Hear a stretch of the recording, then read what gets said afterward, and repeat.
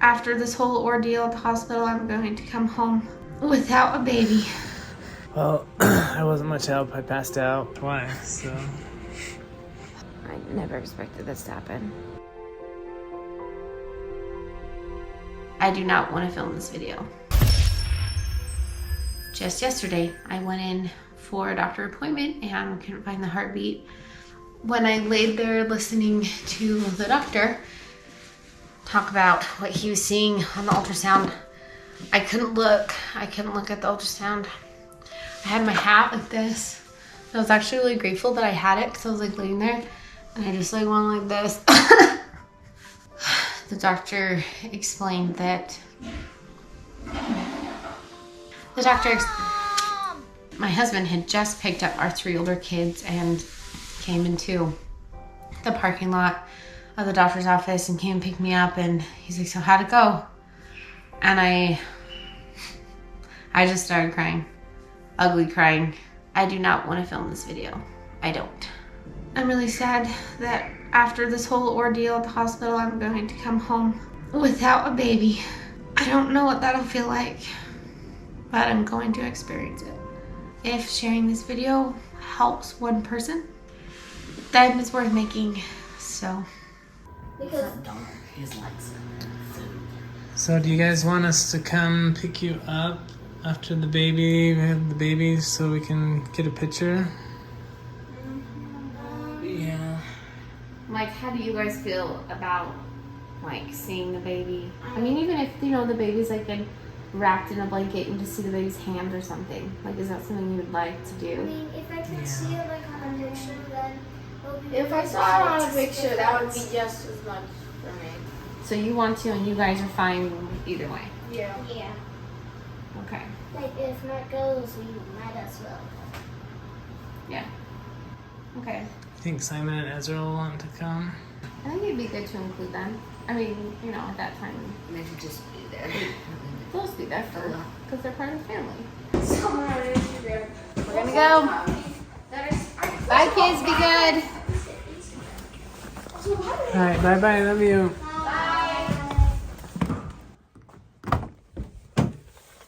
It was just 5 years ago when Ezra had a near-death experience. Thankfully, he's okay. But after that experience, we decided we wanted to focus on giving our kids experiences. So we sold our house, moved into an RV, and we learned a lot as we visited all the national parks in the USA. Please consider subscribing. We still have a lot of video to get out of these crazy adventures with these 5 kids. 2 who are autistic.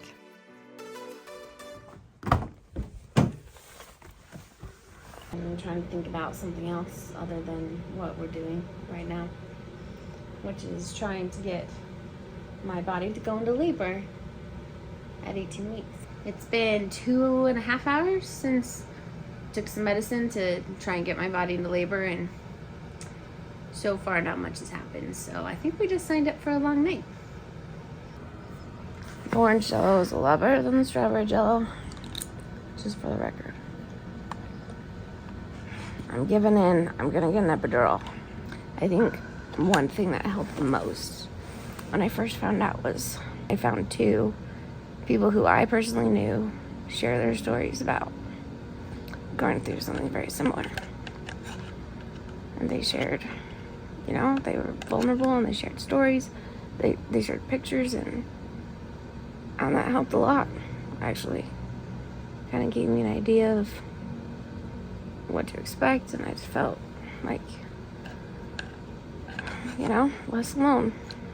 Right when I was supposed to get like more medicine to keep my labor going, there were three emergency C-sections that came into the hospital. Granted, this is a very big hospital, but still, the nurses were like running around.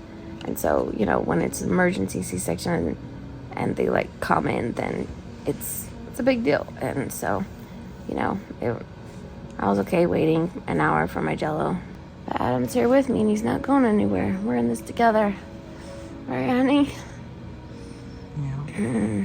Even though, you know, hospital's not his favorite place to be either.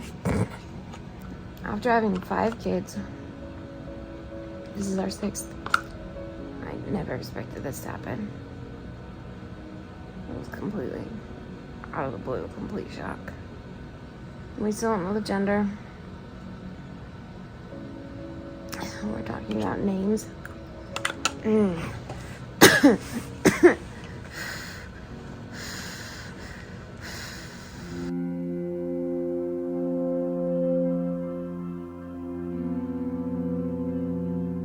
Well, I wasn't much help. I passed out, and I'm still barely there. Gotta keep breathing. Fasting while doing this is not a good idea for me, because I struggle with that anyways. I was even breathing big the whole time, and I still passed out. I was like, I was breathing just like you. It's a little girl.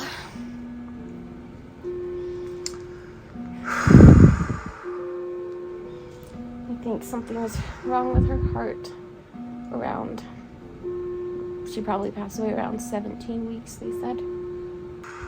Man, I wonder how Marie's gonna take the news. Because she has a little sister now that she'll be with someday. Well, that was something. Pretty rough. All these different Rougher for things. me, though. I passed out twice, so. Adam passed out twice. Oh, there was like one thing after another that was like going wrong. And then after the baby was born, I was surprised like how much stuff we still had to do. And it was... The placenta was in a bad way, stuck a little. Yeah. And she was shaking like crazy. I was shaking like all the muscles in my body was shaking for like an hour until they finally Gave me some extra medicine. And gave me medicine, which made me throw up, but I threw up like 3 times. Yeah. But then it stopped the shaking.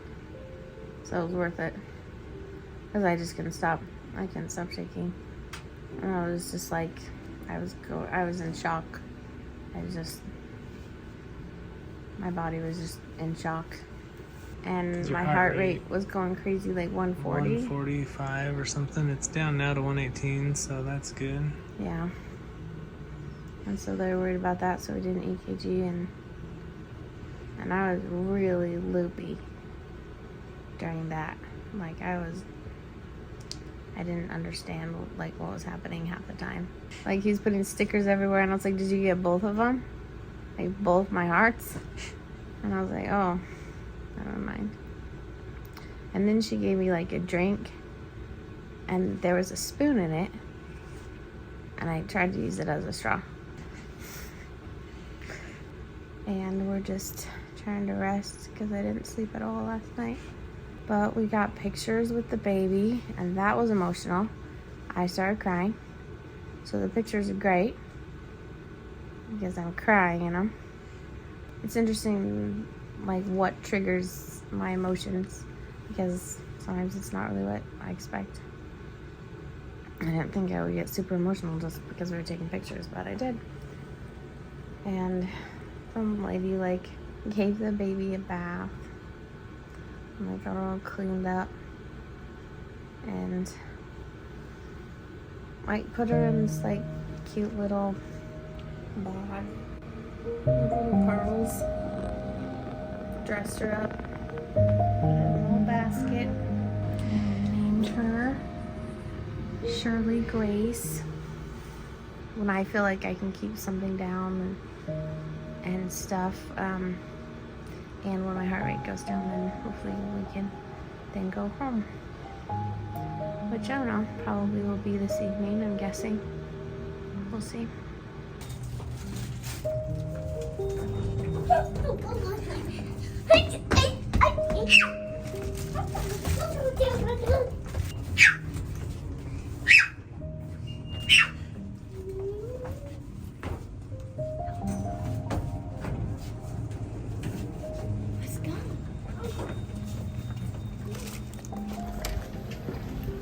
Okay, come in, guys.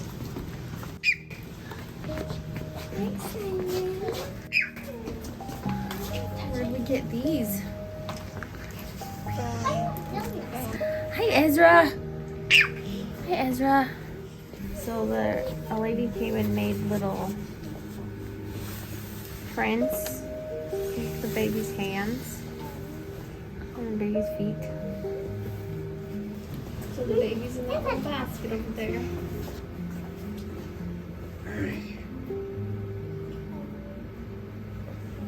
So little, huh?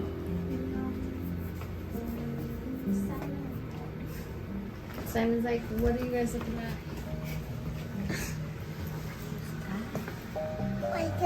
Little basket. What's going on? These two are there.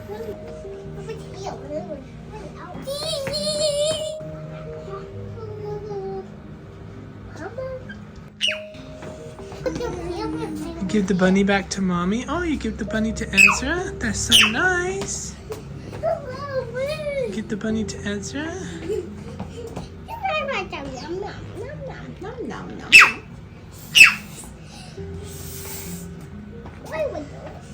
No, Ezra. Ezra.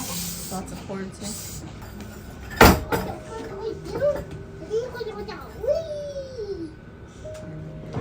Okay, Marie.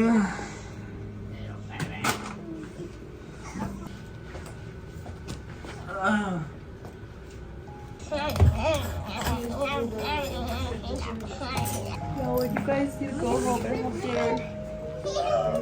Yeah, what are we having? The kids' visit has to be pretty quick. There's just too much you can get into at a hospital. Okay, Ezra, no. Ezra, no.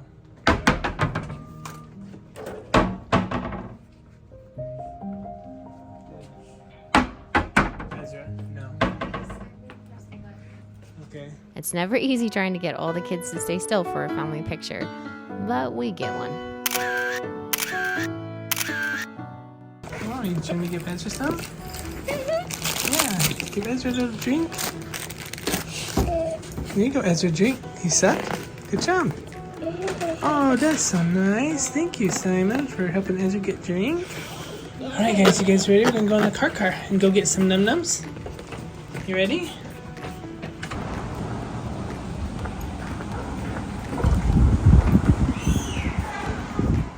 And 2 days later, we go to the Graveside service. And we get some unexpected visitors. Well, thank everyone for coming to support us at this time of transition. Although Shirley Grace only received her physical body for a very short time, I know that she already has a special relationship with our kids.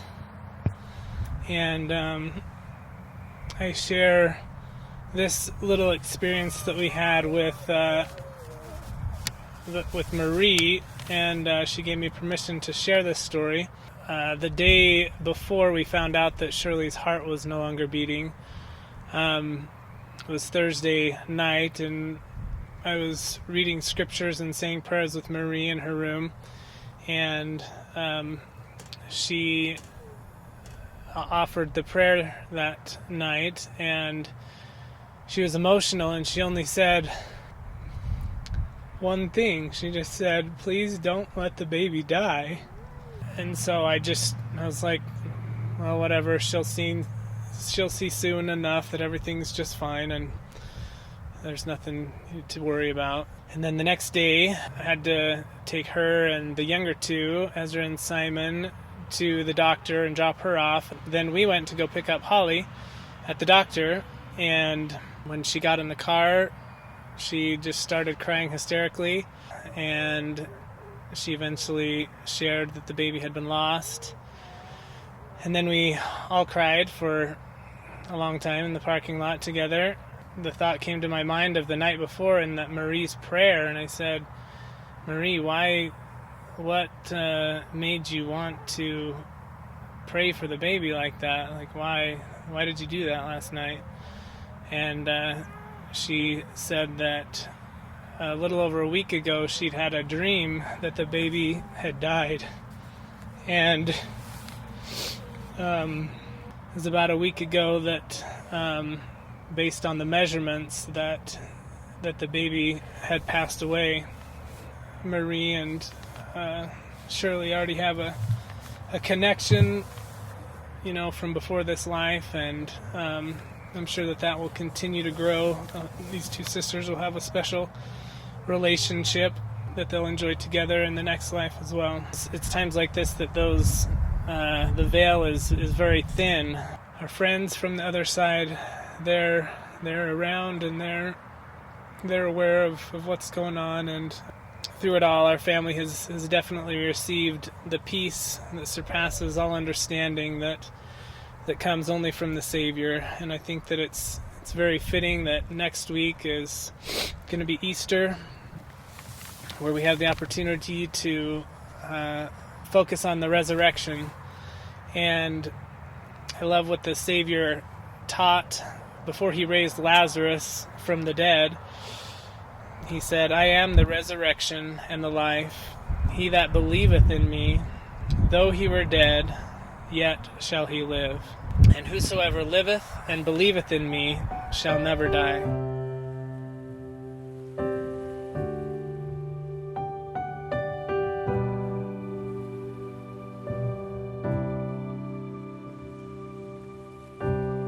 Through my hills and valleys, every storm-tossed sea, I can feel my Savior so close to me.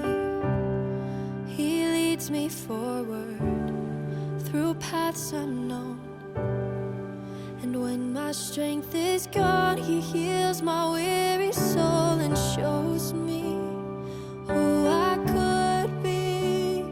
He stays with me, and I know I can do all things when I'm sinking in the waves. If I reach out for His grace, He will rescue me. I can do all things with the Savior by my side.